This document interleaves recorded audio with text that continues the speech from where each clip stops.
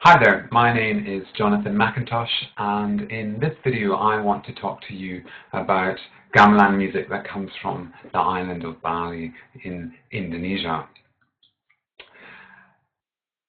On the screen here we can see a map of Bali.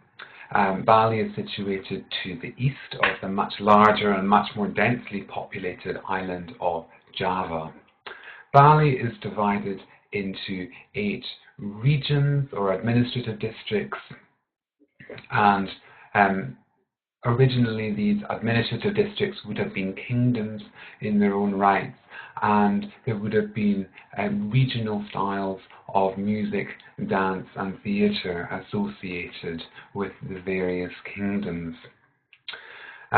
When most Australians go to holiday in Bali, many of them stay around the southern coast, in and around Denpasar and the well-known district of Kuta and Seminyak.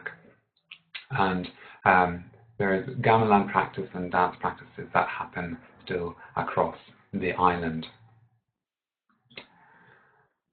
So before we talk about the music, let's just talk a little bit more about Bali and its history.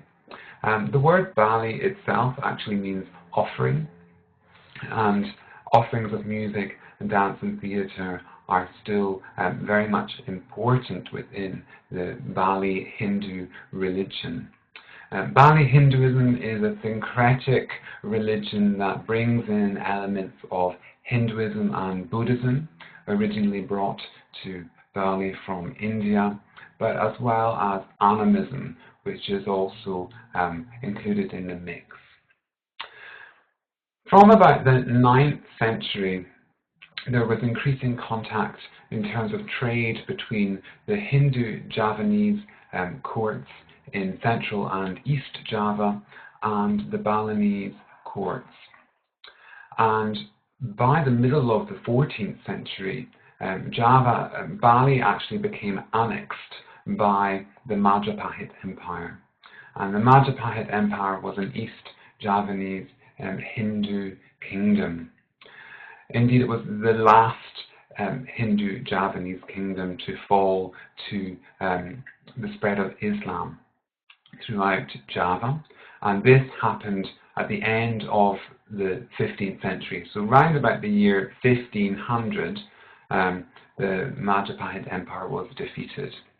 But because Bali had been part of the Majapahit Empire, it meant that a similar court system existed in Bali. So the courtiers from the Majapahit Empire upped and then moved to Bali, and they resided there. The system that they introduced, the feudal system, kept going for hundreds of years up until the arrival of the Dutch in the mid-1850s. And because the Dutch didn't arrive before this time, and the Balinese, there's this story that the Balinese are very fierce warriors, and the kingdoms in Bali would fight against one another a lot of the time. The Bali wasn't invaded or colonized before the Dutch arrived in 1850s. This is not to say that the Dutch hadn't been in Indonesia for a very long time before then, but because of the fierce nature of the insurgent fighting that happened in Bali, and also the fact that around the Balinese coast there are very treacherous reefs, which made it difficult for boats to land, or large ships that the Dutch would have used to land very successfully. And these reefs are now what attract many tourists to go to Bali in order to take advantage of the good surfing that there's there around the island. But getting back to the movement of the Majapahit courtiers to Bali, because of the similar feudal system at the time, the performing arts really flourished in Bali, and music, dance and drama were an integral part of entertainment that was put on for the king or the kings of the various regions, and music and dance also played an integral role to religious practices. So you couldn't have ceremonies without music and without dance. Finally, getting back to talking about the Dutch before I move on, although they arrived in the 1850s, they only managed or succeeded in taking control of the northern half of the island. Right the way through the middle of Bali, there's a chain of volcanoes, and these volcanoes made it quite difficult for the Dutch to come over them and to control the people in the southern part of the island. And it wasn't until 1908 that the Dutch managed to successfully control the entire island. And controlling the entire island meant that the feudal system and the kings that were in power, the Dutch kept the kings in power, but they didn't really have any real power. They were more kind of puppet monarchies, there to kind of maintain the population so that the Dutch could administer the island. So, like Javanese gamelan music, Balinese gamelan music is an oral tradition. So it's not really written down, although it can be written down in forms of number notation or Sanskrit symbols that are used to denote the Balinese language. And because of the link between the Majapahit Empire and Bali all those hundreds of years ago, there are lots of similarities between gamelan music practices in Java and in Bali. However, because the Balinese people are quite distinct in the sense of their character from the Javanese population, the music also has a different quality. And because it's developed over so many hundreds of years, it has a different kind of aesthetic quality. To put it in kind of crude terms, Javanese music could be seen to be slightly slower and maybe more intricate in the terms of that there are numerous instruments that play elaborating parts in the musical texture. Whereas in Bali, music can be incredibly fast with interlocking parts.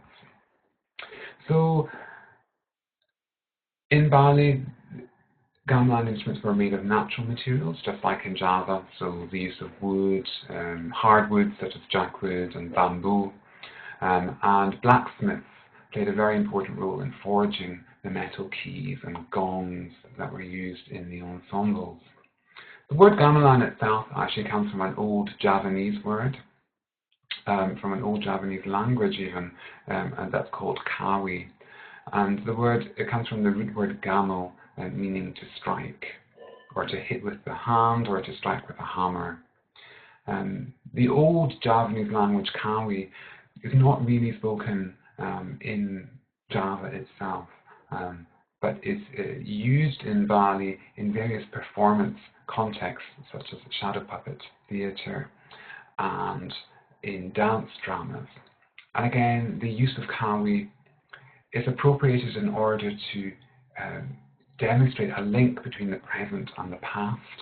And it also, the language kawi is used by particular characters from these eras, and characters of particular high social standing within the stories that are used for these plays and performances. In the Balinese language, they actually use the word gamelan to refer to gamelan music. So it's gamelan, but with a B inserted after the M, and the verb magambo is used to denote the act of playing gamelan music. There's also a difference in the term that's used to denote gamelan practices, and in Bali the term kerawitan is used, whereas in Java the term is pronounced and spelt karawitan. And kerawitan or karawitan, it's exactly the same. It's a term that's been introduced since independence in Indonesia to refer to gamelan and gamelan associated practices, particularly through the establishment of government performing arts academies, where gamelan music, traditional dance and puppet theatre have been institutionalized and used as an important part of nation building within Indonesia.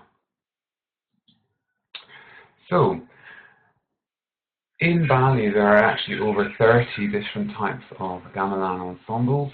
Some of these are incredibly popular, whereas some of them are indeed very, very rare. And one of the most popular type of gamelan ensemble is an orchestra called Gamelan Gong Kebyar. So gamelan denotes the ensemble. Gong Kebyar is the term or the adjective that describes the type of ensemble. Gong Kebyar is a style of gamelan music that developed in the northern part of Bali. It's said to have developed round about 1915, although there is evidence that the style kind of originated perhaps before then, indeed just before the turn of the 20th century. But most of the literature, particularly if you consult sources by Michael Tenzer, for example, who is one of the world authorities on gamelan Gong Kebyar, he writes that it's 1915. The word Kebyar is an onomatopoeic term, and it's very hard to describe in English. But if you imagine a lightning bolt coming through the sky in the dark of night, or when you strike up a match, you take the match and you strike it, the blue flame that happens before the match goes yellow or orange. That's what Kebyar is. It's like this spark. And the music is very lively, and it was a complete departure from music that had existed up until this time. So because of the feudal system in Bali, where the kings kept control of musicians and employed other dancers, and therefore had the majority of the gamelan ensembles, music either tended to be used for very ritual purposes, or it was used for the king's entertainment. Whereas Gong Kebyar developed after the Dutch took full control, or is said to have developed after the Dutch took full control of the island in 1908. So this is at a time when the courts lost their power, they also lost a lot of their income, and many of the musicians and dancers and other artists who worked for the kings and in the palaces, they didn't have any work. So the royal court started selling their gamelan ensembles, and because they needed the money.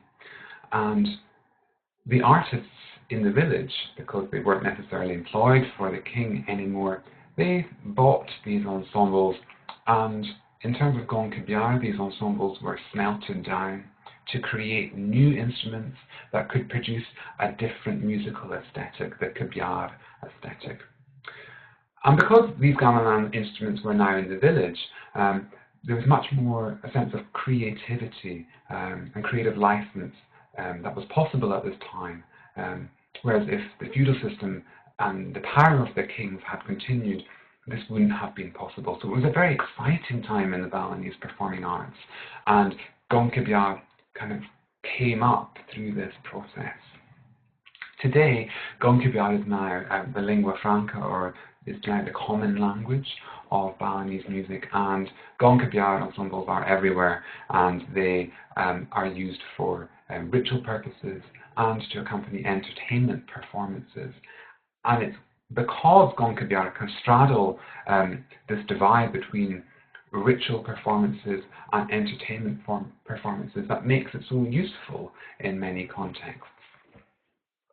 So some of the characteristics of this Kebyar style include the famous chord that begins almost all Gong Kebyar compositions, and this is known as the Byar or Kebyar chord, and it's when all the instruments in the ensemble play this chord at the beginning to enunciate the start of the piece. But Gong Kebyar also includes many irregular rhythms, so the music can be quite jaggedy, or it can move in particular ways. And there are also sudden shifts in tempo and dynamic range. And all of these are characteristic of gongkebyar.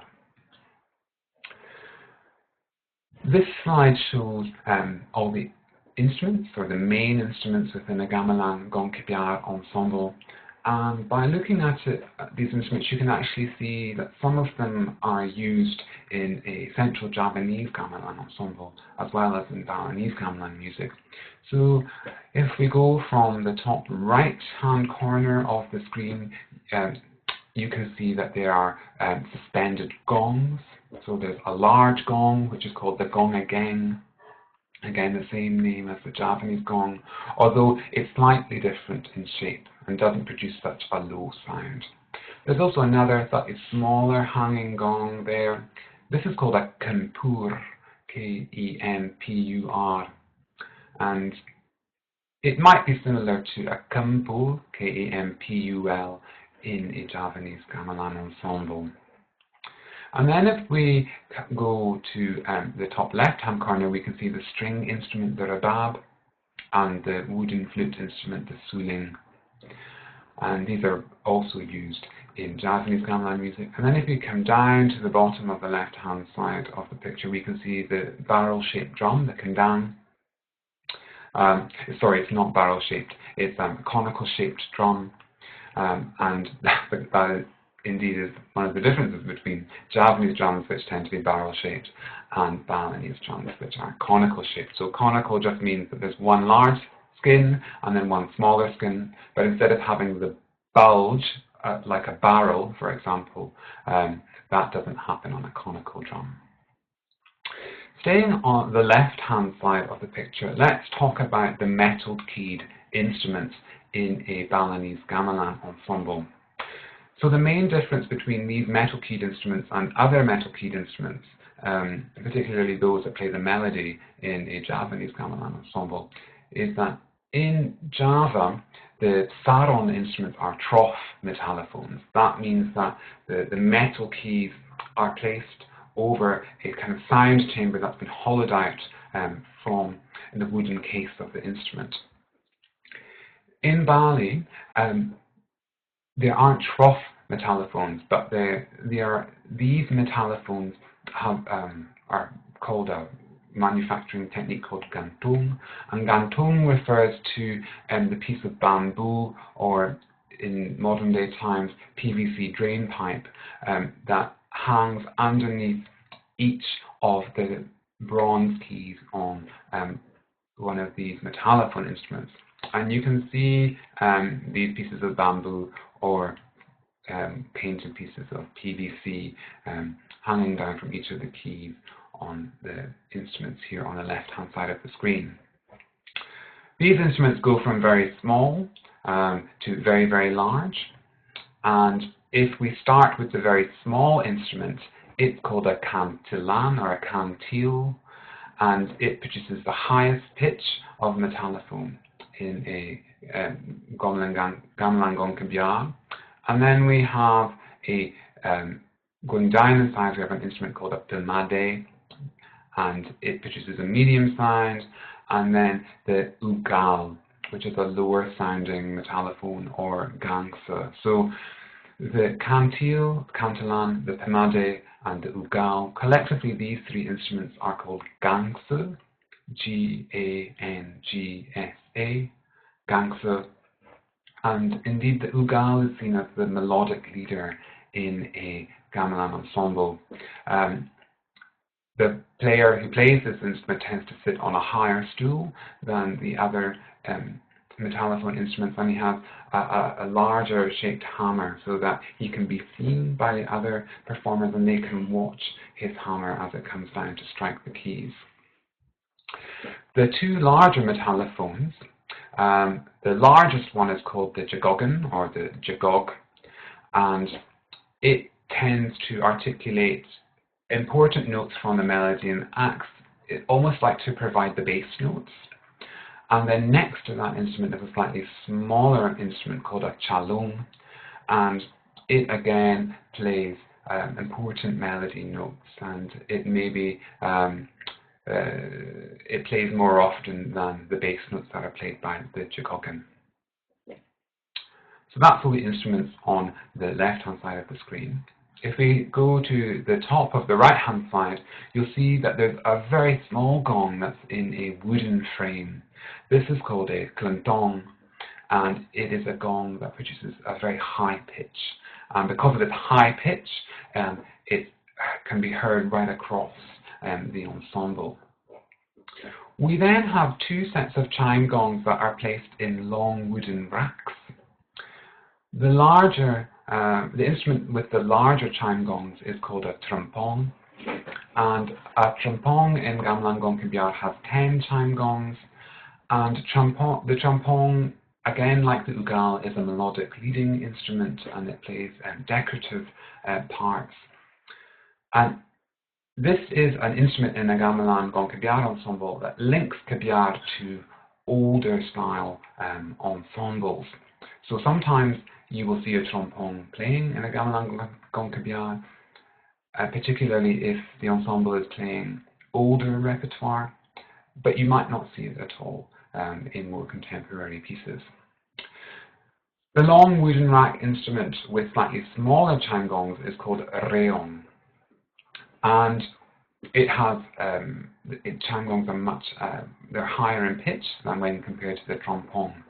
And whereas the trombone is played by one person, the reon is played by 4 people who play 4 parts, and these parts interlock with one another and produce rapid sounding elaboration patterns.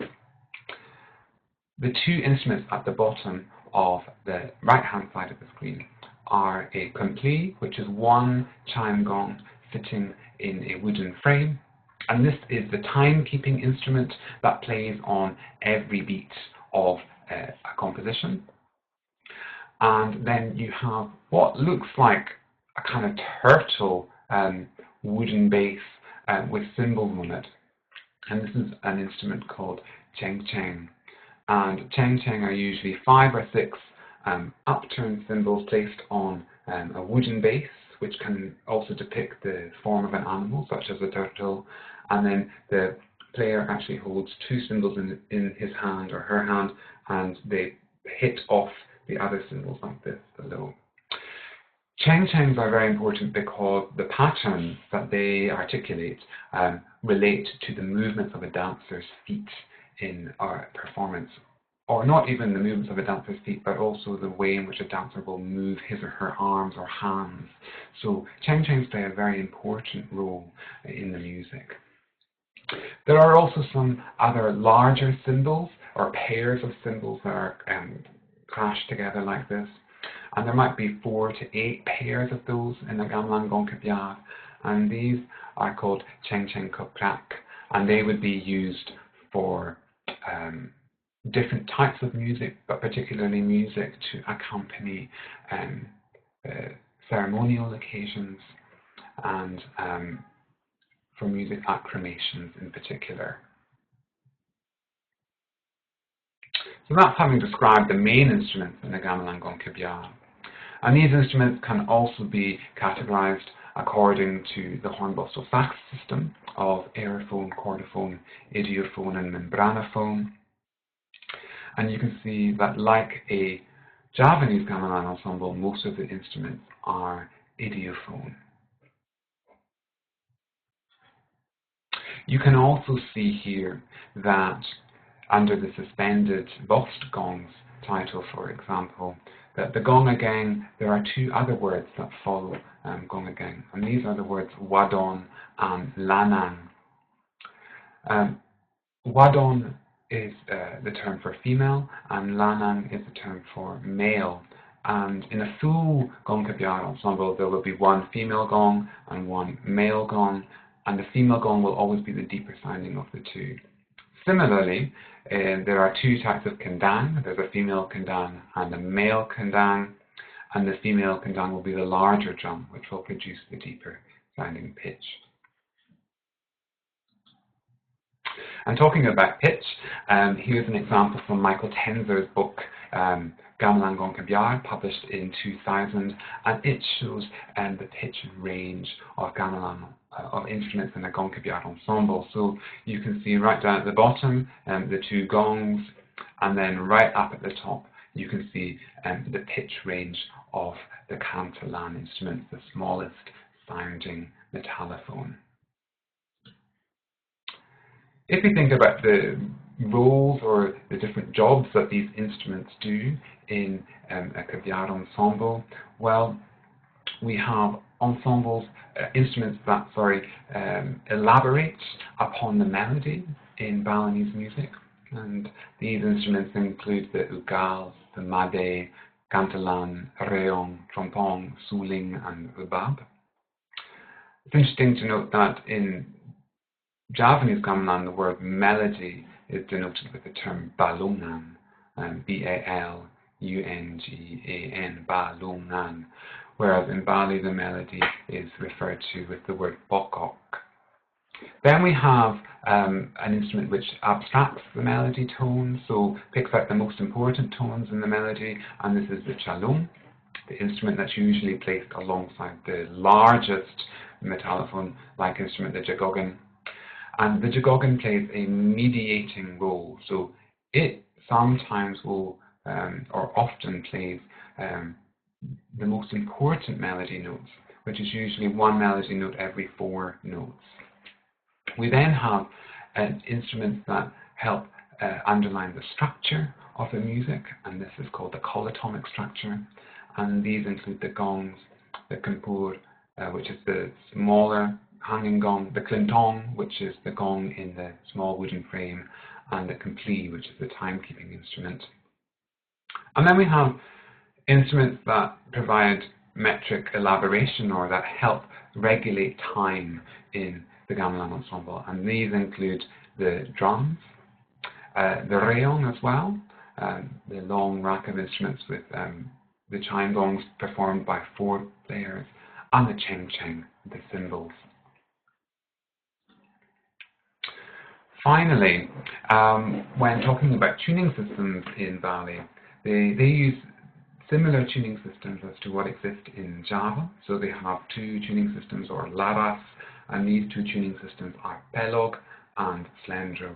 So Slendro is a 5-note, quasi-equidistant tuning system, and Belloc is a 7-note tuning system with wide and narrow intervals.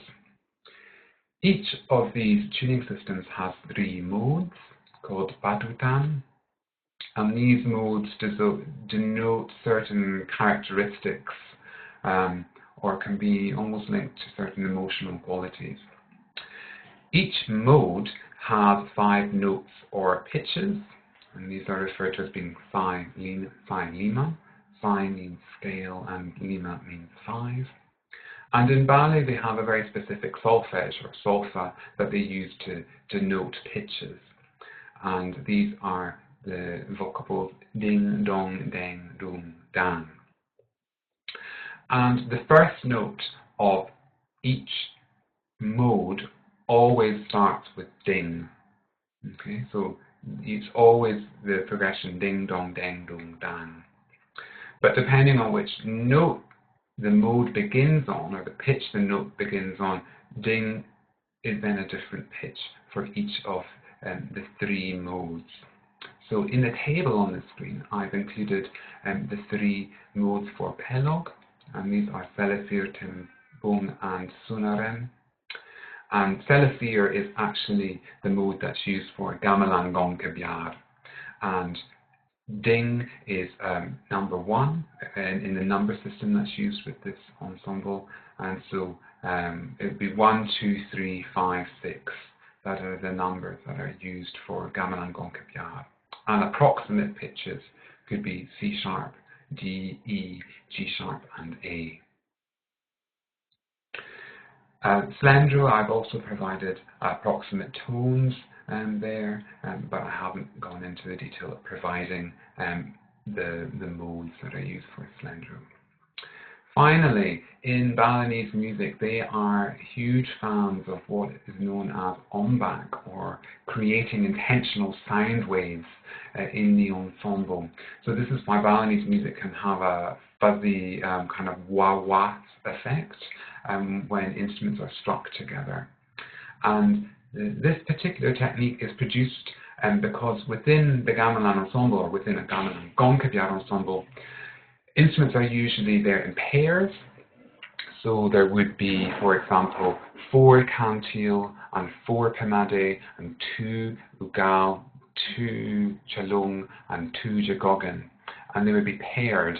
So paired means that one is tuned slightly higher and is male, and one is tuned slightly lower and is female. But the Balinese use terms called pengombang, which means hammer, and pengasip, which means sucker. And the pengombang is the higher of the two, and the pengasip is the lower of the two. So having the pairs of instruments tuned to the same tuning system, but one's tuned slightly sharp and one's tuned slightly flat of the tuning system, helps create this acoustical wave known as ombak, and this is a very important feature of Balinese gamelan music.